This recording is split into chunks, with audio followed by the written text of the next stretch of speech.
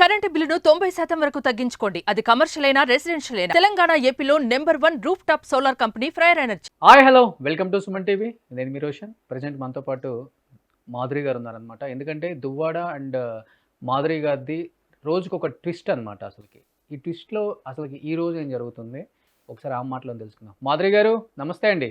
నమస్తే అండి. సో చూస్తున్నాం పూటకో ట్విస్ట్ ఉంది అండ్ దువ్వాడ వర్సెస్ మాధురి గారి విషయాలలో. అండ్ ఒక పక్కన ఆమె కొన్ని కండిషన్స్ పెట్టారు. నిన్నటి నుంచి ఆ కండిషన్స్ బాగా వైరల్ అవుతున్నాయి. ఇల్లు కావాలని, తన స్థిరాస్తులు మొత్తం కూడా పిల్లల పేరున రాయాలని, అండ్ తన తర్వాత కూడా పిల్లలకి ఆ ఇల్లు రావాలని చెప్పేసి, ఇంకొకటి విడాకులు ఇవ్వకూడదని చెప్పేసి. అంటే ఇలా చూస్తే ఆ కండిషన్స్ చాలా అప్లై ఉన్నాయి అనమాట. ఇటు పక్కన ఆ కండిషన్స్ గురించి కూడా మీరు మాట్లాడటం జరుగుతుంది. ఎలా చూడొచ్చు ఆ కండిషన్స్ని? మాధురి గారు ఎలా చూస్తున్నారు అండ్ దువ్వాడ గారు ఎలా చూస్తున్నారు అంటే ఏం చెప్తారు మీ మాట? ఈ కండిషన్స్ ని మాధురి గారే కాదు, దువ్వాడ గారే కాదు, యావత్ రాష్ట్ర ప్రజలందరూ కూడా చూస్తున్నారు. ఆవిడ కండిషన్స్ అన్ని ఫైనాన్షియల్ కండిషన్స్ అని అందరూ తెలుసుకున్నారు. సో ఆవిడ అడిగిన డిమాండ్స్ లో న్యాయం లేదని కూడా తెలుసుకుంటున్నారు. ఎందుకంటే ఆల్రెడీ ఆవిడకి ఒక 8 crores ఇల్లు ఇచ్చేశారు. అతని స్థిరాస్తులన్నీ ఇచ్చేసి కొత్తగా ఒక ఇల్లు కట్టుకున్నారు. ఒక స్నేహితుడి దగ్గర స్థలం తీసుకుని, ఇంకా ఆ స్నేహితుడికి కూడా ఒక 60 లక్షలు అతను ఇంకా బాకీ ఉన్నారు. నేను ఒక 2 crores అమౌంట్ ఇచ్చాను, వాళ్ళ బ్రదర్ ఒక 2 crores అమౌంట్ ఇచ్చారు. ఇవన్నీ పెట్టి కట్టుకున్న ఇల్లు కూడా ఇచ్చేయమంటే అతను ఇవ్వడానికి కూడా ఇవన్నీ అవ్వవు లీగల్ గా. ఎందుకంటే నాకు రైట్ ఉంది, వాళ్ళ బ్రదర్ కి రైట్ ఉంది. ల్యాండ్ ఎవరైతే సేల్ చేస్తారో ఆ అంకుల్ కి కూడా ఇంకొక కొంచెం అమౌంట్ బాకీ ఉంది కాబట్టి అతనికి కూడా రైట్ ఉంది. సో ఇది కూడా ఇవ్వడానికి ఎక్కడ అవకాశం లేదు. ఇవి డిమాండ్స్ అన్ని ముందు నుంచి కూడా ఫైనాన్షియల్ డిమాండ్స్. ఇవి ఇప్పుడు వస్తున్న ఎలిగేషన్స్ కావు, 2 years నుంచి ఆవిడ చేస్తున్న డిమాండ్స్. తన భర్త గురించి కాదంటారు. భర్త గురించి పోరాడే మహిళ ఎవరు కూడా ఉన్న ఇంటిని కూడా లాక్కోవాలని చూడదు. భర్తకి ఉన్న హౌస్ కూడా లేకుండా చూడాలని చూస్తుందంటే అది భర్త కోసం చేస్తున్న డిమాండ్స్ కాదని మొత్తం ఈ రాష్ట్ర ప్రజలే కాదు, 2 రాష్ట్రాల తెలుగు ప్రజలు కూడా తెలుసుకున్నారు. అంటే నేను చూశానండి, మీరు కూడా మాట్లాడారు క్లియర్గా. ఇప్పుడు ఏదైతే ఇంటి కోసం పోరాడుతున్నారో వాణి గారు, ఆ ఇంటిలో సగం డబ్బులు నేను కూడా పెట్టాను, నా భాగం కూడా ఉంది, కానీ నేను ఆ ఇంటి కోసం పోరాడట్లేదు. అండ్ నాకు ఆ ఇల్లు కూడా అక్కర్లేదు, ప్రాపర్టీస్ కూడా అక్కర్లేదు, నాకు కావాల్సింది దువ్వాడ శ్రీను గారు అని చెప్తున్నారు. అంటే ఏంటి అంత స్పెషల్? అంటే ఆస్తులు వద్దు, శ్రీను గారే కావాలంటానికి గల రీజన్ ఏంటి అసలుకి? అంటే ఆస్తులు, 1,000 కోట్ల ఆస్తుల కంటే విలువైన వ్యక్తిత్వం ఉన్న మనస్తత్వం ఉన్న మనిషి దువ్వాడ శ్రీనివాస్. సో ఆస్తుల కంటే విలువైన వ్యక్తిగా నాకు అనిపించారు కాబట్టి ఆస్తులు అక్కర్లేదని చెప్పి ఆ రోజే ఆ స్థిరాస్తులన్నీ ఇచ్చేస్తున్నాను, నేను ఇలా నేను లేకుండా ఉంటున్నాను అన్నప్పుడు కూడా మీరు భయపడకండి, మేము సపోర్ట్ చేస్తామని చెప్పి దగ్గరుండి మేము హౌస్ కన్స్ట్రక్షన్ చేసి ఇవ్వడం జరిగింది. చెప్తారా దాంట్లో? అయితే ఇప్పుడు ఆమె ఏదైతే ఫైట్ చేస్తున్నారో ప్రెస్ మీట్ లో శ్రీన్ గారు కూడా చెప్పారు కదా, ఆల్రెడీ ఒప్పుకున్నారు కదా, అవును మాధురి ఒక 2 crores ఇచ్చింది, ఈ మధ్యన కూడా 50 lakhs వర్క్ చేయడానికి ఇచ్చిందని తను కూడా ఒప్పుకున్నారు కదా. మీరు ఏదైతే ఆ ఇంటి కోసం డబ్బులు ఇచ్చారో మీ దగ్గర అన్ని కూడా ప్రూఫ్స్ ఉన్నాయని చెప్తారు మీరు. అయితే అది బ్యాంక్ స్టేట్మెంట్స్, ప్రూఫ్స్ ఉన్నాయి, అగ్రిమెంట్, బ్యాంక్ స్టేట్మెంట్స్ ఉన్నాయి, క్యాష్ ఇచ్చినప్పుడు రాసుకున్న అగ్రిమెంట్ ఉంది.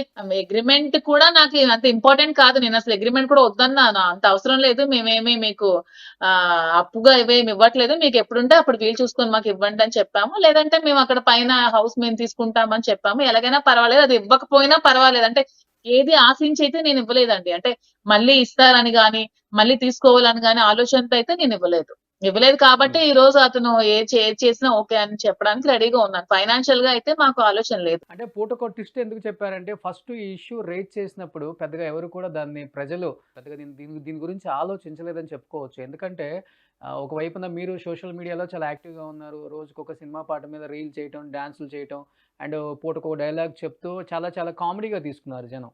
అంటే ఫస్ట్ సెకండ్ డే నుంచి ఇది జనంలోకి అంటే గట్టిగా ఆలోచించే విధంగా వెళ్ళిందని చెప్పుకోవచ్చు. అండ్ ఒకవైపు ఆమె భర్త గురించి ఫైట్ చేస్తున్నట్టు, ఒకవైపు మీరు ఆయన గురించి ఫైట్ చేస్తున్నట్టు నడిచింది. కానీ గత 3 days నుంచి కేవలం ప్రాపర్టీస్ మాత్రం మీదే గొడవ జరుగుతుంది. అండ్ దట్టు మీరు కొంచెం సోషల్ మీడియాలో యాక్టివ్ కాబట్టి నేను ఒక పాట కూడా పాడారు, కరిగిపోయాను కర్పూర వీణల. అండ్ ఇంకొకటి మీరు ట్వీట్ చేశారు కూడా వేరే దాని గురించి కూడా. ఎందుకంటే అలా పాట పాడాల్సి వచ్చి అండ్ అది పోస్ట్ చేయాల్సి వచ్చింది అండ్ దీని గురించి ట్వీట్ చేయాల్సి వచ్చిందంటే ఏం చెప్తారు? కథ కొలిక్కి వచ్చి పెట్టారంటారా లేకపోతే ఇంకా కొనసాగుతుందని పెట్టారా? కథ కొలిక్కి వచ్చి అని కాదు, నేనెప్పుడు ఒక ఇంటెన్షన్ తోనే ఉన్నాను. అంటే నేనెప్పుడు ఫ్యామిలీని దూరం చేయాలని చూడలేదు, నేనెప్పుడు పిల్లల్ని దూరం చేయాలని చూడలేదు. నేనెప్పుడు అతను కష్టాల్లో ఉన్నప్పుడు సపోర్ట్ చేస్తూ ముందుకు నడిపిస్తూ పాలిటిక్స్ లో సపోర్ట్ చేయాలని ఆలోచనతోనే ఉన్నాను. కాబట్టి నేను ఎప్పుడు ఫ్యామిలీ విషయాలు ఇంటర్ఫీర్ అవ్వలేదు. కాబట్టి అదే విధంగా లైఫ్ లాంగ్ అతనితో ఉందామని అనుకుని డిసైడ్ అయ్యి ఇప్పటికీ అలాగే ఉన్నాను, ఎప్పటికీ అలాగే ఉంటాను. సో హాస్పిటల్‌లో ఉన్నప్పుడు ఎందుకంటే కొంత వందల మంది మహిళలు నాతో ఉండేవాళ్ళు. ఫ్యామిలీస్ అన్నీ ఉండేవాళ్ళు. చనిపోదామని క్షణికావేశంలో నిర్ణయం తీసుకున్నాను. సూసైడ్ చేసుకుందాం అనుకున్నాను. చావు అంచుల దాకా వెళ్ళాను. ఎందుకు ఆ పని వెళ్ళి వచ్చిన చేశారు? తర్వాత అంటే హైట్ డ్రామా అని కొంతమంది అంటున్నారు. నిజంగానే చనిపోవాలని చేశారని చెప్పేసి కొంతమంది మాట్లాడుతున్నారు. కొంతమంది కారు అంటున్నారు. ఇంత సిట్యుయేషన్ హై గాని డ్రామా చూస్తే ఎందుకు? మీరు వెళ్లి ఆగున్న ఒక వెహికల్‌లో గుద్దుకొని అంటే చచ్చిపోవడానికి చాలా మార్గాలు ఉన్నాయి గదా! అసలకి. ఎందుకు అంత హై డ్రామా ఆడాల్సొచ్చిందని అనే వాళ్ళకి ఏం చెప్తారు మీరు? హై డ్రామా చేసి జీవితాంతో ఆడుకోవాల్సిన అవసరం అయితే లేదు. ఎదుటోళ్ళ జీవితాలతో, నా జీవితాలతో ఆడుకొని హై డ్రామా చేసిన అవసరం లేదు.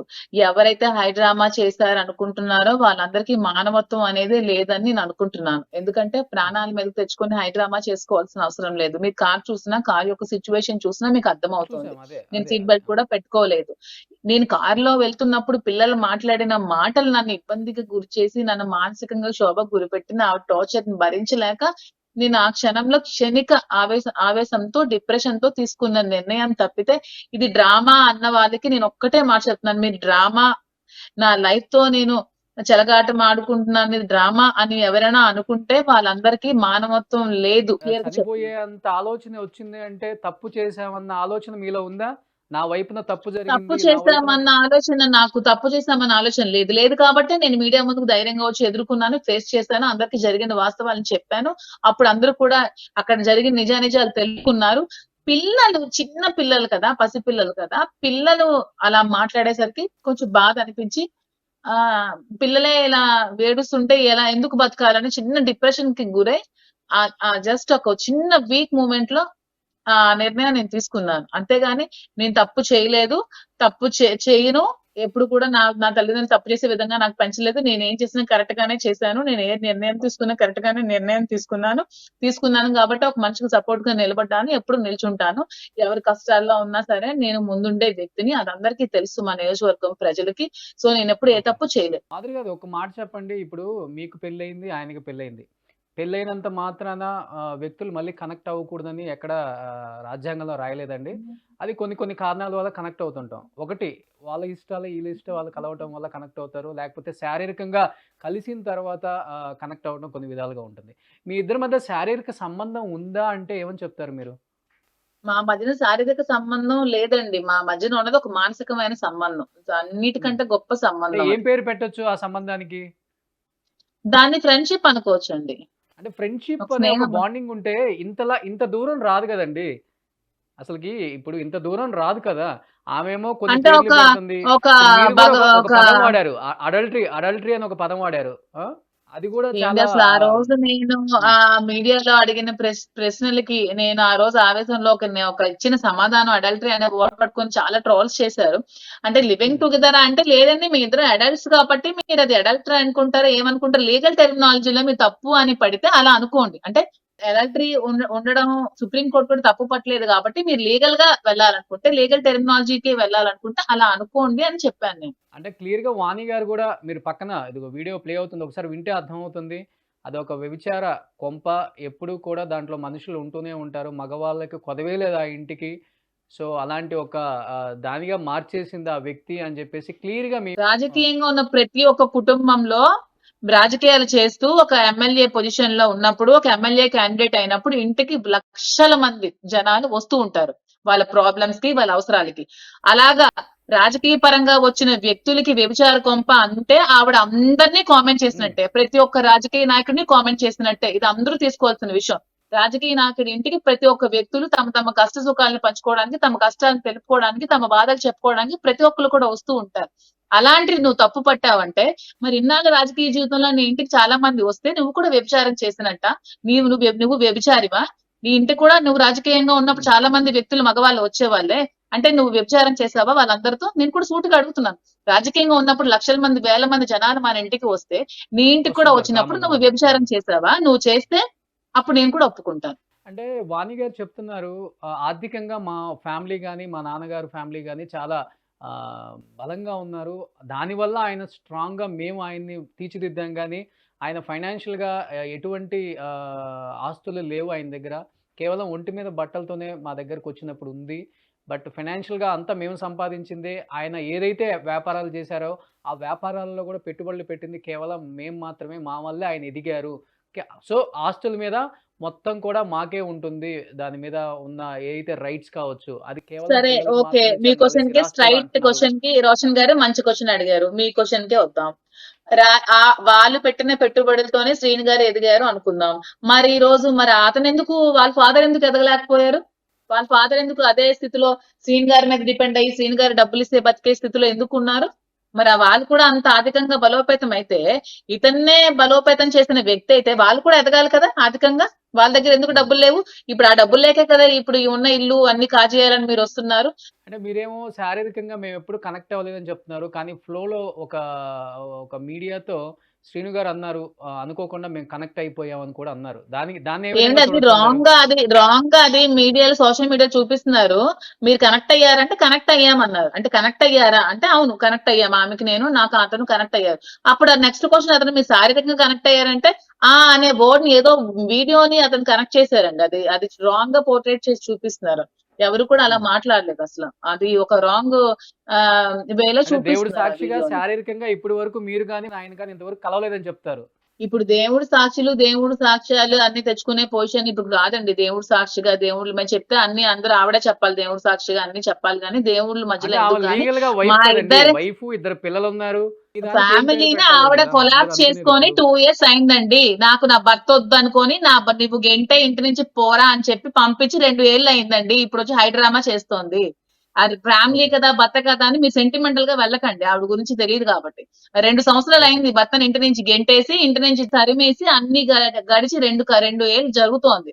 ఇప్పుడేదో వచ్చి హ్మ్. ఫ్యామిలీ కదా అంటే ఫ్యామిలీ సెంటిమెంట్ గా మీరు చూడకండి. ఆవిడ ఒక చీటర్, ఆవిడ ఒక 420, ఆవిడ ఒక ఫ్రాడ్ లేడీ. ఆవిడ ఏదైనా చేస్తది. మొగుడిని చంపడానికి వచ్చింది. మీరే చూసారు అందరూ. ఆవిడ ఏదైనా చేయగలదు. సో ఫ్యామిలీ కదా, ఇది కదా అని చెప్పకండి. ఫ్యామిలీ కదా ఇదని చెప్తే 2 సంవత్సరాలు ఏమైపోయారండి? 2 సంవత్సరాలు తండ్రి ఏమవుతున్నారో ఇప్పుడు ఇంత డేరింగ్ మీద ట్రెస్ పాస్ చేసి ఇంట్లోకి వచ్చిన మీరు 2 సంవత్సరాలు అతను రాజకీయంగా తిరుగుతూనే ఉన్నారు కదా రోడ్ల మీద. అప్పుడు ఎందుకండి పట్టుకెళ్ళలేదు ఇంటికి? ఎందుకు ఈ డ్రామాస్ అన్ని చేస్తున్నారు? ఇంకెంత కాలం మభ్యపెట్టాలని చూస్తున్నారు? జనాలు మాధురి మీరందరూ గారు తెలుసుకోండి. ఒకటి చెప్పండి. అంటే ఆర్థికంగా కావచ్చు, పొలిటికల్ గా నేను ఎదగాలన్న సెల్ఫిష్‌నెస్ తో కావచ్చు, మీరు ఆయన్ని అడ్డం పెట్టుకొని ఈ స్థాయికొచ్చారా? లేకపోతే ఆర్థికంగా గాని, పొలిటికల్‌గా గాని మీ ఒక అండ ఏంటి ఉంటే ఆర్థికంగా నేను ఒక అతనికి అండ ఉంటే బావుంటదని మిమ్మల్ని పెట్టుకొని ఆయన ఈ స్థాయికొచ్చారా? ఏం చెప్తారు మీరసలు దీనికి? అతను స్థాయికి ఎప్పుడో వచ్చారు. అతను 25 సంవత్సరాల నుంచి ప్రజల మధ్యలోనే ఉన్నారు. అతనికి స్థాయికి రావాల్సిన అవసరం లేదు. ఫైనాన్షియల్ గా హ్మ్. ఉన్నవన్నీ ఈవిడికి ఇచ్చేసి కోల్పోయి నిలబడ్డారు. నిలబెట్టినప్పుడు ఇతన్ని ఆరాధించి, అభిమానించే వ్యక్తిగా ఇతనికి సపోర్ట్ చేశాను.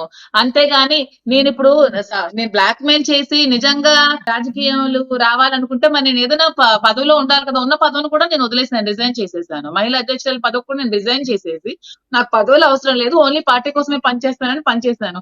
మరి నిజంగా బ్లాక్‌మెయిల్ చేసేదనేది ఏదైనా పోర్ట్‌ఫోలియో తెచ్చుకొని ఉండేదాన్ని కదా! నేను కష్టపడి ఏదో ఒక రోజు తెచ్చుకుంటాను అనుకున్నాను గానీ, ఏ రోజు కూడా బలవంతంగా బ్లాక్‌మెయిల్ చేసి తెచ్చుకోవాలని నేను ఏ రోజు కూడా అనుకోలేదు. బట్ మాధురి గారు ఎప్పుడైనా అంటే వాణి గారు మీ హస్బెండ్‌కి ఫోన్ చేసి మీ మీద బ్యాడ్‌గా చెప్పటం, నా భర్తతో ఇలా కలిసి ఉంటుంది. చెప్పడాలన్నీ వాళ్ళు జరిగిందండి. ఇల్లీగల్‌గా చెప్పడాలన్నీ జరిగింది. తీసుకున్నారా? నెగెటివ్‌గా తీసుకున్నారా? మీ భర్త అతను ఎలా ఉంటారు పాజిటివ్ గా అసలకి అప్పుడు వ్యక్తిగతంగా? నెగెటివ్ గా తీసుకున్నా, ఇప్పుడు అతను అర్థం చేసుకునే స్థితికొచ్చారు. అతను కూడా ఇప్పుడు మీడియా ముందుకు ఆవిడ రావడం, ఆవిడ డబ్బుల కోసమే ఇవన్నీ చేసిందని తెలిసినప్పుడు ఇప్పుడు కొంచెం పాజిటివ్ గా తీసుకున్నారు. అందుకని అతను కూడా ప్రెస్ మీట్ దగ్గరకొచ్చి చెప్పారు. ఇప్పుడు హ్మ్. ఏవి చెప్తే నేను నమ్మే స్థితిలో లేను. క్యారెక్టర్ అసాసినేషన్ చేసి. ఎందుకంటే అతను ఫారెన్ లో చదువుకున్నారు. ఒక ఎడ్యుకేటెడ్. ఒక ఎంటెక్ మెకానికల్, ఒక మెరైన్ చీఫ్ ఇంజినీర్. వాళ్ళంతా ఫారెన్ కల్చర్ లో ఉంటారు కాబట్టి అతను అర్థం చేసుకున్నారు ఇప్పుడంతా. ఎందుకంటే ఆవిడ డిమాండ్స్ అన్ని చూస్తుంటే అర్థమవుతుంది. ఆవిడ అన్ని ఫైనాన్షియల్ డిమాండ్స్ చేస్తుంది. ఫైనాన్షియల్ గాని అన్ని కావాలంటుంది. ఎక్కడ కూడా భర్త కావాలనుకోవట్లేదు. సో హ్మ్. ఎలిగేషన్స్ ఇవన్నీ చేసినవన్నీ నిజాలని వాళ్ళు కూడా తెలుసుకున్నారు. అందరూ కూడా కానీ ప్రజలందరూ కూడా వాళ్ళ తెలుసుకున్నారు. పిల్లలు వాళ్ళ ఫాదర్ గురించి ఫైట్ చేస్తున్నారు గదా! మాకు మా నాన్న కావాలి అని ఫైట్ చేస్తున్నారు. 2 ఇయర్స్ ముందే ఫైటింగ్ ఎందుకు చేయలేదు?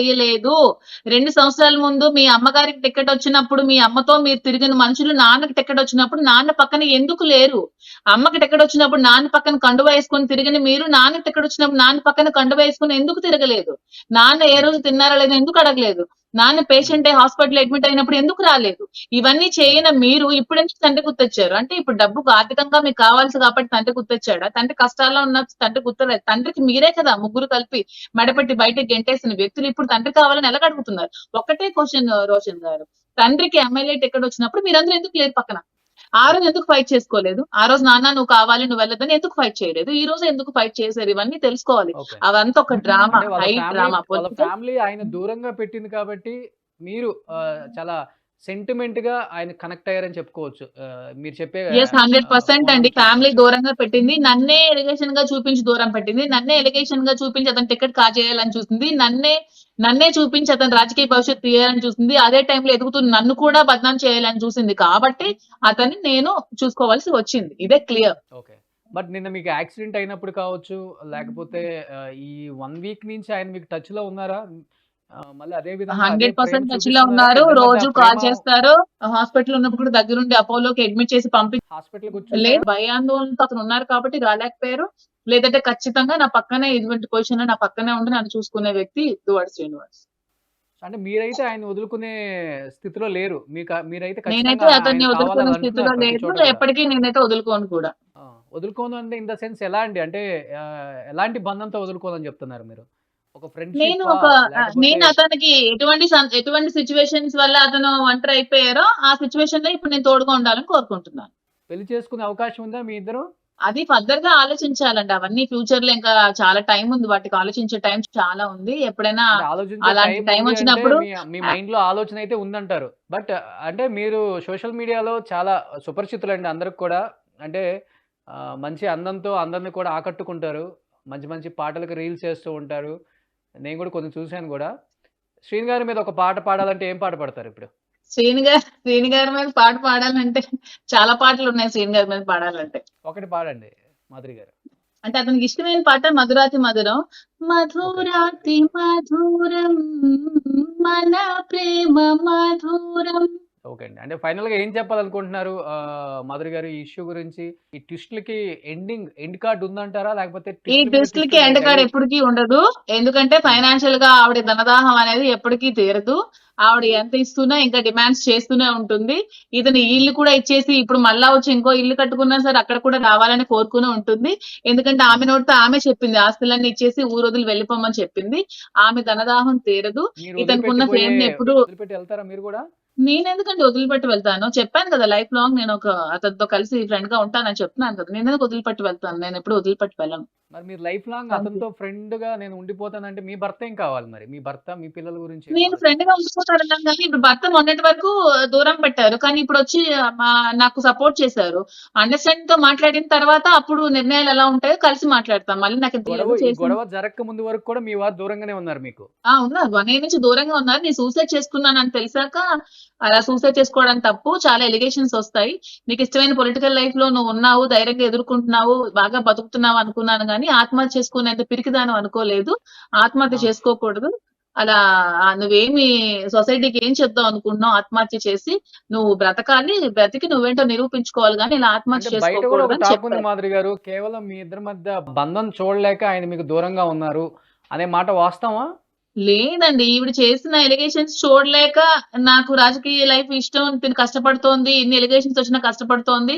కష్టపడినయి అని చూడలేక అతను దూరంగా ఉన్నారు తప్పితే, బంధం చూడలేక అలాంటివన్నీ కాదండి. అతను ఫారెన్ జాబ్ చేస్తున్నారు. తను ఒక వెల్ మెచ్యూర్డ్, ఎడ్యుకేటెడ్ అలాంటి ఆలోచనలు అతను ఎప్పుడు చేయలేదు. మీ పిల్లలు ఏం చేస్తున్నారు ఇప్ ఇప్పుడు? మా పిల్లలు ఒక పాప 5థ్ క్లాస్, ఒక పాప 6థ్ క్లాస్, ఒక పాప యూకేజీ. సో మీరైతే ఈ పోరాటం అయితే నేను ఆపను. న్యాయం జరిగే వరకు పోరాడతాను. ఫ్యామిలీ ఎప్పుడు డిస్టర్బ్ చేయాలని చూడను. నేనైతే శ్రీను గారికి ఎప్పుడు 100% సపోర్ట్‌గా ఉంటాను లైఫ్‌లో. సో థాంక్ యూ మాధురి గారు లైవ్‌లో జాయిన్ అయినందుకు. Thank you.